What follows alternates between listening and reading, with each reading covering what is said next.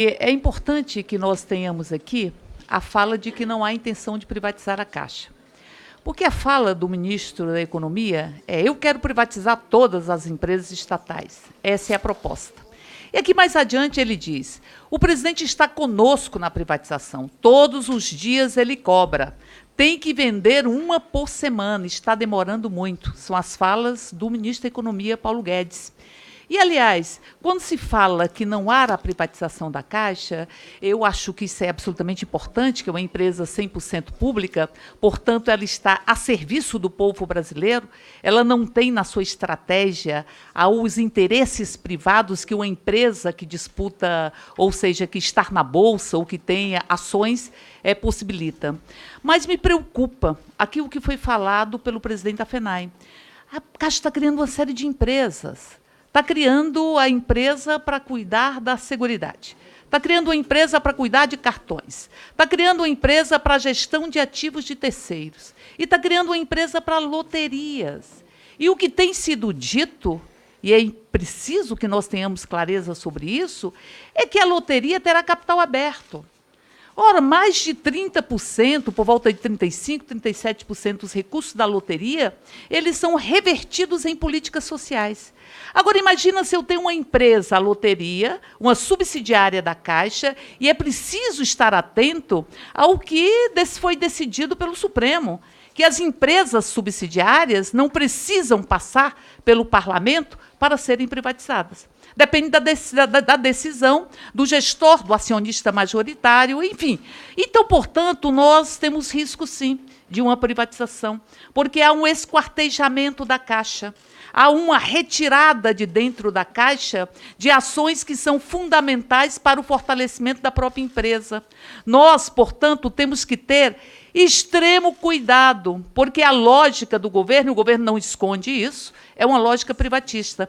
Um governo que ousa colocar a Eletrobras para ser vendida por 12 bilhões, uma empresa que deu 13 bilhões de lucro e tem mais de 400 bilhões de ativos, é um governo que coloca em risco a existência da Caixa com o poder e a força que ela tem. Aqui se falou muito do resultado da empresa, mas vejam, as operações empresariais, elas caíram em 30%. É preciso analisar o balanço da Caixa, não apenas com os recursos que compuseram este balanço, a partir de ações pontuais. Se fala muito das ações, da venda das ações da Petrobras. Agora, eu fico me perguntando, será que foi a melhor forma de se vender?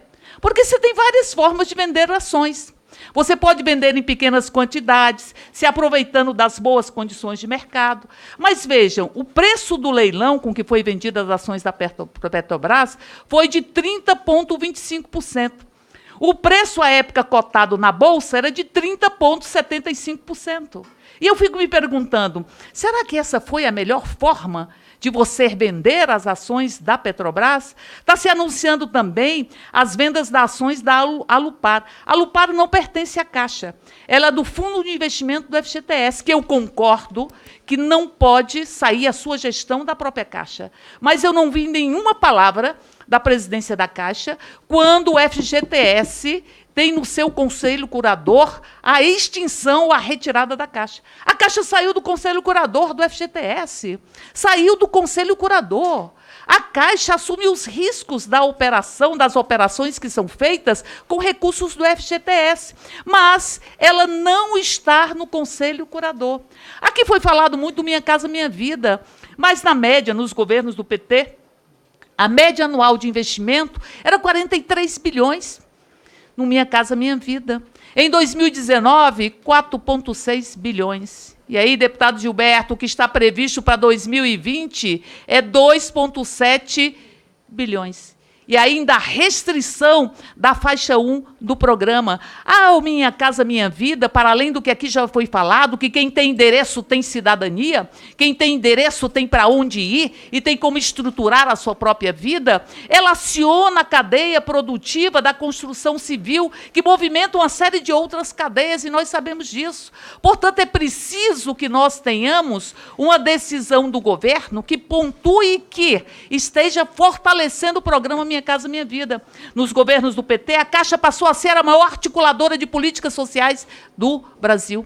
e ela passou a trabalhar com um cadastro único. Eu tenho um orgulho muito grande de ter entrado na Caixa em 1982 e ter ficado lá até me aposentar pelo fundo de pensão. Então, portanto, tenho um orgulho muito grande desta empresa e da qualidade dos seus profissionais. E não entendo por que foi contratada uma empresa em 2017, portanto, que não abrange a gestão do senhor Pedro, por 7,8 milhões para poder escolher os dirigentes da Caixa.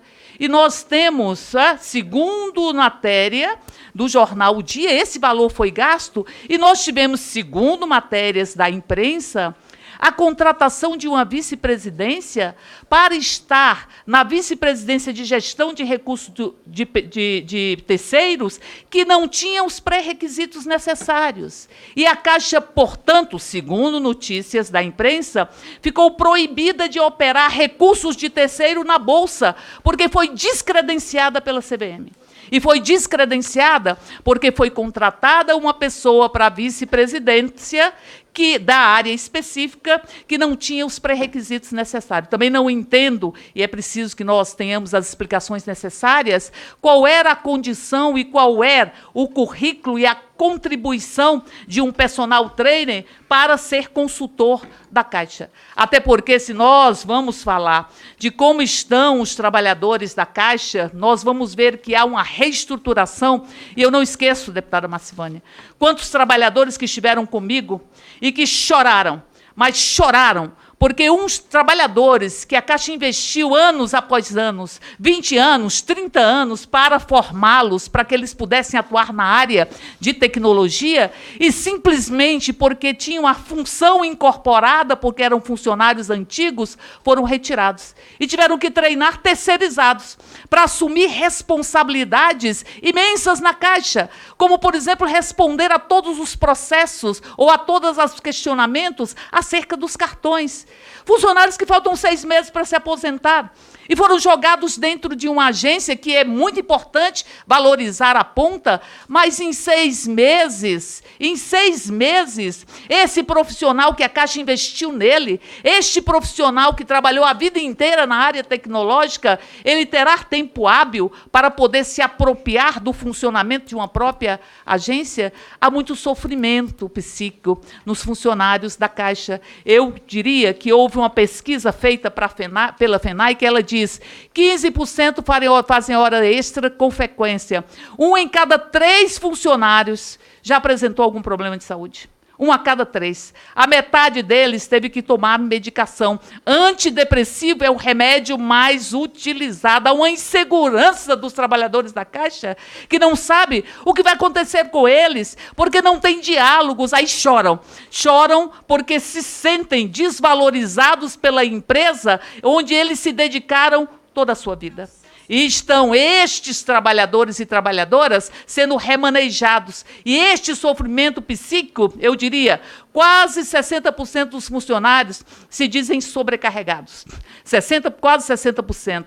Funcionários citam situações de assédio moral constante. E dizem os funcionários que o ambiente de trabalho piorou com o plano de metas que foi estabelecido, porque plano de metas tem que ser negociado, tem que ser construído. Façamos como o Japão, que constrói o seu plano de metas durante 6 meses com seus próprios trabalhadores, mas o que nós vamos ter dentro da Caixa é que os trabalhadores correm risco de perder, pelas resoluções da CGPA, risco de perder as condições do plano de saúde, inclusive. Então, portanto, é preciso olhar para esses trabalhadores e trabalhadoras para que a Caixa continue cumprindo a sua função, A Caixa foi fundada como um monte de socorro. A Caixa financiou cartas de alforrias para os escravos e escravas à época.